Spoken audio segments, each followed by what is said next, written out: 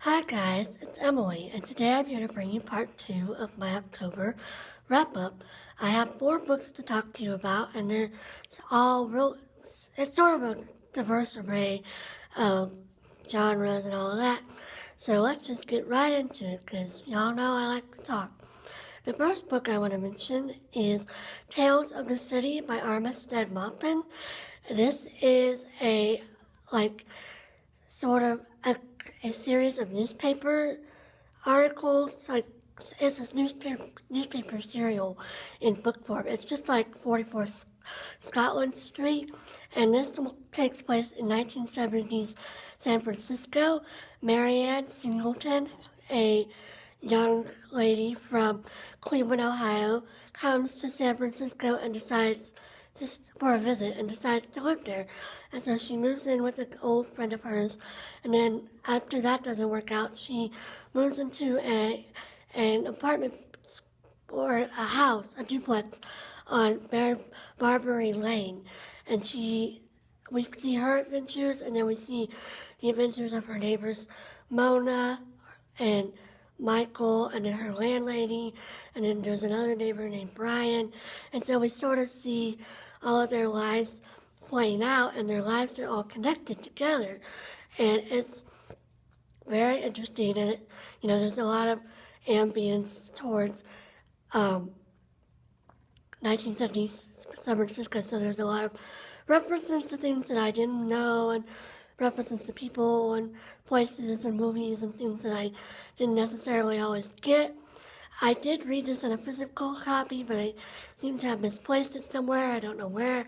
But yeah, I mentioned 44 Scotland Street earlier, and this book definitely is more of a scary version of 44 Scotland Street, because there's a lot of drugs and sex, and it's sort of during the period right before the AIDS scare, so people are sort of sleeping around together, and there's a lot of, free love and all that kind of stuff. So if you're not into loose morals, I wouldn't recommend this book.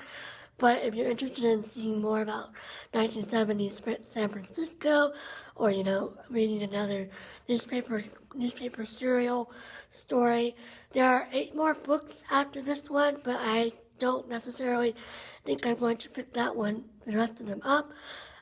There is a TV series based on this book, but I haven't decided if I'm going to watch that either. The next book I want to show you is this lovely book with no dust jacket. I'll put a picture in right here. But this book is called The Question of God.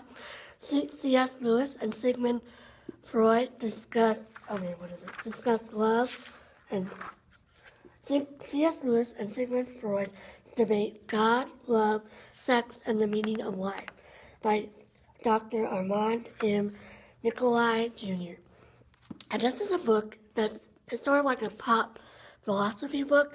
It's debating the viewpoint of Freud, which is that, there's nothing, life is just random, and the world is just random, and there's no creator, and there's no any, connection between anything. And C.S. Lewis, which says, the world was created by God, and everything has a purpose, and everything is connected to God's way of being. And it's very interesting. I was recommended this book by a dear friend of mine. I went to visit him on New Year's Eve. He had surgery, and so I went to visit, and we were talking about God and, how we develop our perception of God, and he recommended this book.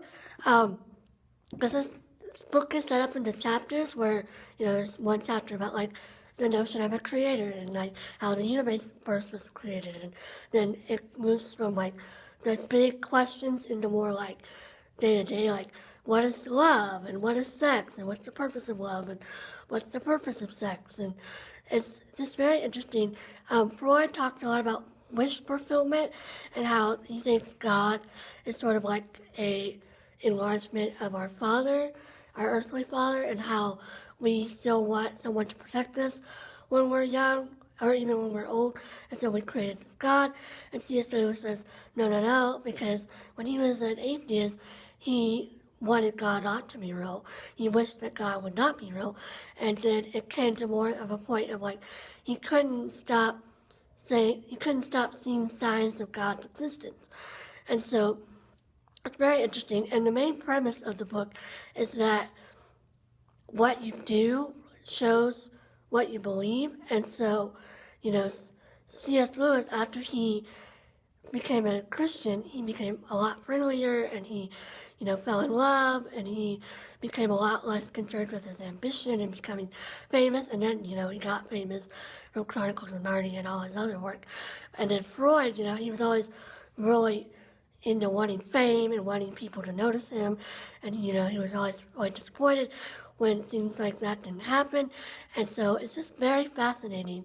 And I was a little disappointed because when it says debate, I took that to mean, I thought it was going to be like a real debate, like sort of like not a fictional account, but like he was going to like set up a quotation and it's of Freud and then like directly refute it with something, and he didn't really do that.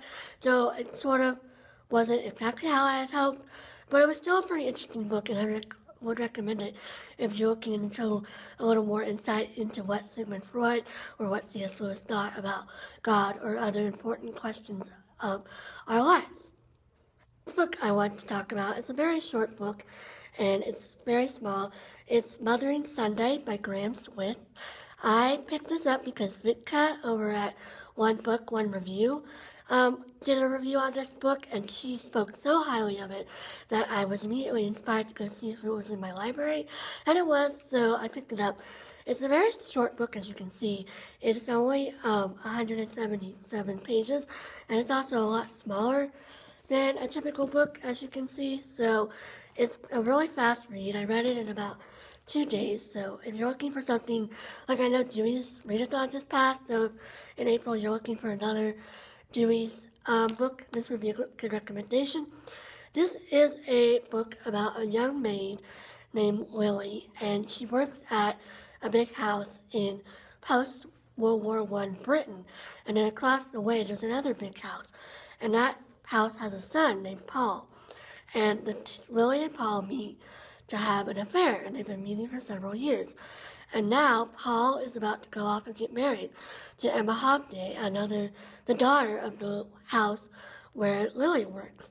And so Mothering Sunday is a holiday that took place back in that time period where the maids were let out for the day to go visit their mothers.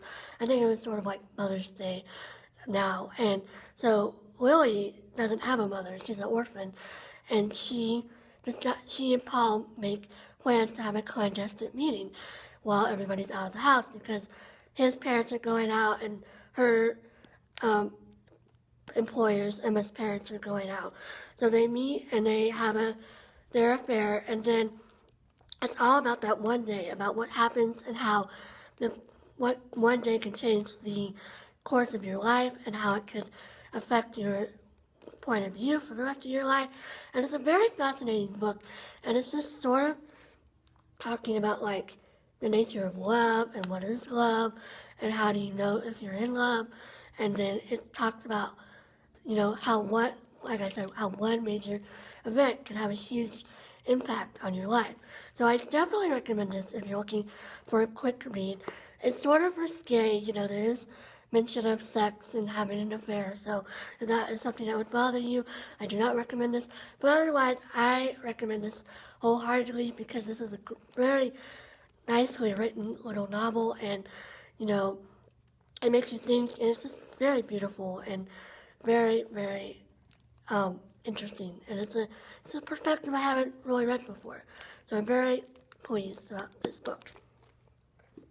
The final book I want to talk about is Dark Matter by Blake Crouch, and I read this.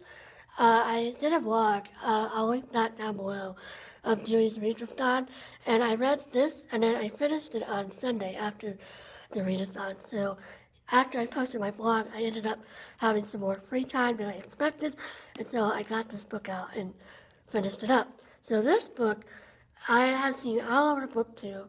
Rachel from the Shades of Orange has mentioned it, and Kayla from Bookadoodles, and Amanda from Amanda NPA, and I'm sure there's a lot of other people who have read it that I don't follow, but it's just blowing up booktube, and I was really surprised that there were no holds on it at my library.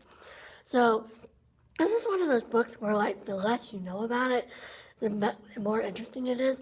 So I'm going to try to give a really vague summary, and then I might do a review and talk more in depth about this book.